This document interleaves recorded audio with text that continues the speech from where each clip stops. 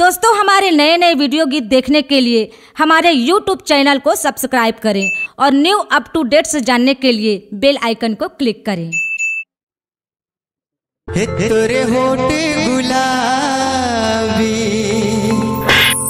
हो तोरे नैना सराबी हो मोला कैसे कैसे लागे ओ कैसे लागे बता दो का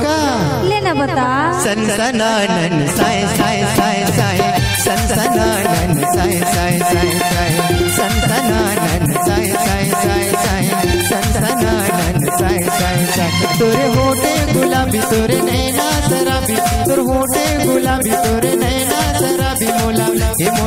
हे मोला कैसे कैसे लागे कैसे लागे धक धका सी लगे धाय धाय धाय धाय धक धका सी लगे धाय धाय धाय धाय सनसनानन साय साय साय साय सनसनानन साय साय साय साय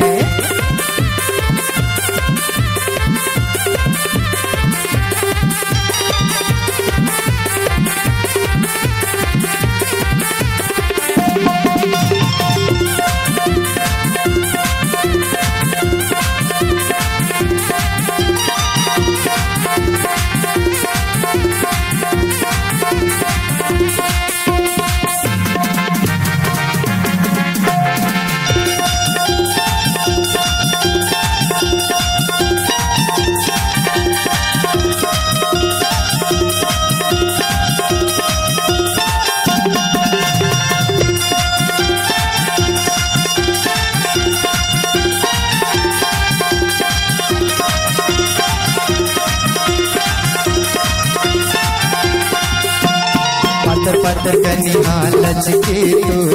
लक्ष्मी सरगुजिया के दुनिया मसो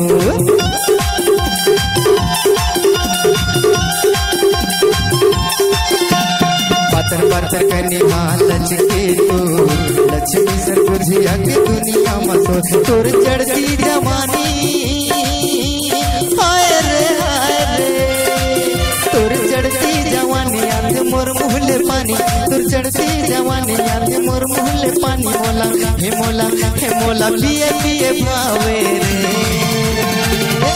रे टूरा।